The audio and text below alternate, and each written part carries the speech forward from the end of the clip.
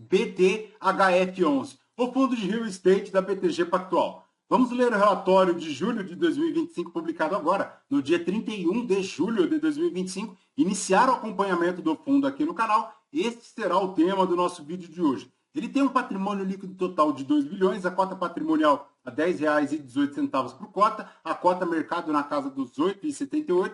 Veremos adiante a última distribuição anunciada aqui pelo fundo, 9 centavos por cota, 322 mil cotistas, uma liquidez na B3 de 3.820.000, 1,10 ao ano de taxa de administração. O fundo, que tem como objetivo o investimento entre carteiras de renda fixa e carteira de renda variável em produtos financeiros imobiliários, e na data que eu gravo aqui com vocês, cota na B3 a R$ 8,22, fazendo um P sobre VP de 0,83, uma variação positiva nos últimos 12 meses de 6,34%. A cotação chegou lá aos R$ 6,61, desde então buscou uma curva de recuperação, inclusive atingindo os 8,82, mas agora repousando aos 8,22. A última distribuição do fundo ocorreu no dia 14 de julho de 2025, 9 centavos por cota. Ele segue com essa distribuição desde março de 2025, então é bem provável que agora a distribuição de agosto também siga este patamar de 9 centavos por cota, fazendo um yield de 1,04, anual de 9,14%. Se o cotista tivesse investido R$ 1.000 há 2 anos em BTHF11, teria hoje R$ 1.063,40, já considerando o reinvestimento dos dividendos. O fundo consegue superar em pequena medida o IPCA, retornando 6,34%, enquanto o CDI retornou 8,8%, o IPCA 2,99% e o IFIX 11,65%. Tudo isso segundo o gráfico aqui do Investidor 10. Mas, voltando aqui para o relatório, nos principais destaques, a gestão comenta aí a manutenção da taxa de juros Selic pelo Copom em 15% ao ano. A distribuição mensal seguiu com uma média ligeiramente superior de 9 centavos por cota, com um resultado de 9,5 centavos, reforçando a resiliência e a previsibilidade do fundo. Além disso, segundo a gestão, ela deu continuidade à estratégia ativa de vendas no mercado secundário de FIIs, monetizando aproximadamente 15 milhões em caixa no mês. Em relação às principais movimentações aqui do fundo, ele tem uma carteira de ativos exposta com 25,89% em FIIs de papel, 14,57% em CRIs, 12,32% em caixa, 28,96% em FIIs de tijolo, a maior exposição, e 18,27% aqui em ativos real. A maior exposição aqui do fundo por indexação segue aqui o CDI, 48,92%, mas ele também forma 48,22% para o IPCA e 2,86% para o IGPM. No retorno médio aqui da carteira IPCA, da IPCA mais 10,03%, dos TDI, CDI mais 3,15%, do IGPM 14,38%, tudo isso na taxa média ponderada. Os setores de atuação, maior exposição segue aqui o setor de papel, 29,52%, seguido do corporativo, 20%, 13% de shoppings, além de hotelaria, logística e residencial. A duration média aqui dos CRIs da carteira é de 3,99 anos. Ele tem mais de 4 anos com 58,10% aqui do patrimônio líquido do fundo e 3 anos, 41,90%. Em relação aos CRIs, a maior exposição é aqui o Emergente Code 1, 1,34% do patrimônio líquido do fundo, mas ele tem algumas concentrações aqui, como os CRIs da Patriane. A Patriane, que se não me engano é uma incorporadora, também construtora, com atuação principalmente nas regiões ali do Tatuapé, em São Paulo. Tem algumas situações aqui também no interior do estado de São Paulo, como na cidade de Campinas,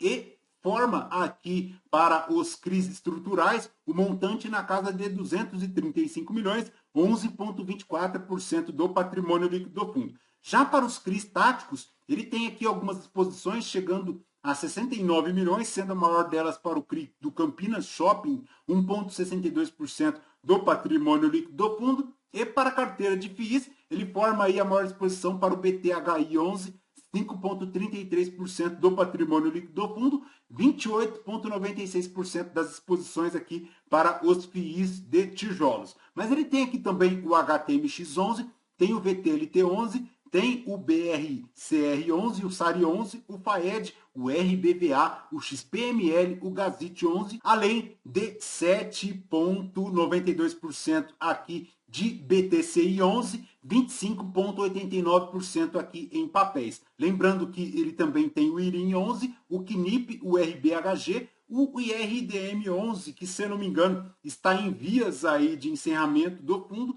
Tem aqui o VGHF11, o GGRI11, o CVBI, o XPCI11, enfim, formando um total aí de 25,89% dos FIIs de papel. Mas não é só, ele tem aqui também de ativos real 13,17% lá no EZ Tower B e 5,09% lá no POAT Maceió, formando 18,27% aqui em ativos real. Ele tem de compromissadas 10,45%, então importantíssimo ficar atento a esta alavancagem do fundo, porque o percentual já considerável, um pouco mais arriscado para a alavancagem, finalizando um patrimônio líquido total na casa de 2 bilhões. Para alocação em FIIs, 54%, para alocação em CRIs, 14,57%, alocações em ativo real, 18,27% e alocação em caixa, 12,32% do patrimônio líquido do fundo, a cota patrimonial finalizando lá em R$ 10,18 por cota.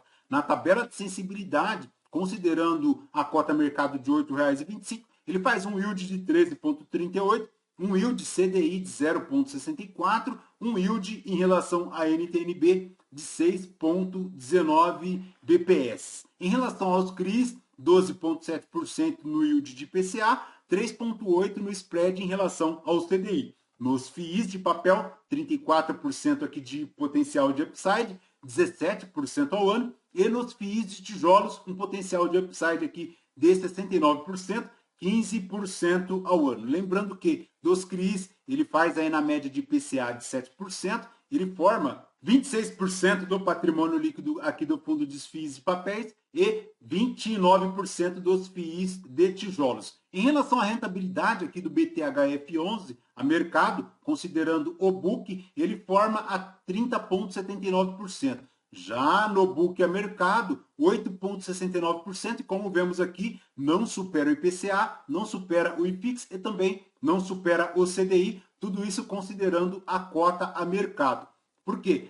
O yield a mercado forma 12,57%, considerando a cota final a mercado de R$ 8,78. Já o dividend yield do book da carteira, 10,84%, uma taxa interna de retorno do patrimônio líquido de 1,10%. Em relação a esta rentabilidade, do book forma aqui 0,9%, já no BTHF11 na mercado, 1,05%, enquanto o CDI retornando 0,93%. Para a DRE do fundo em julho de 2025, 22 milhões de receitas recorrentes, tem aqui 1.159 de receitas não recorrentes, um total de receitas de 23 milhões 257 mil reais, 1.588 de despesas, 21 milhões 668 de lucro líquido, 10 centavos por cota, distribuindo 9 centavos por cota. Em relação aqui ao histórico de previsibilidade futura para o guidance do fundo, segue lá na banda superior e na banda inferior 9 centavos por cota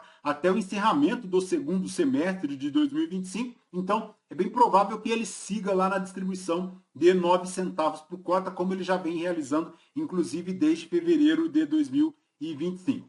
Perfeito, pessoal? De BTHF11 é basicamente isso. Lembrando que este vídeo não é a recomendação de compra ou de venda de nenhum dos ativos aqui mencionados. Aos novos inscritos, bem-vindos. Você que permanece conosco, muito obrigado por isso também, porque tudo isso nos fortalece a produção de conteúdos. Deixe seu like, deixe seu joinha para continuarmos aqui com a nossa produção de conteúdos através da leitura de relatórios gerenciais e dos principais destaques aqui dos fundos imobiliários. Fechou? Voltamos então com vocês no próximo vídeo. Fraterno abraço a todos. Até mais.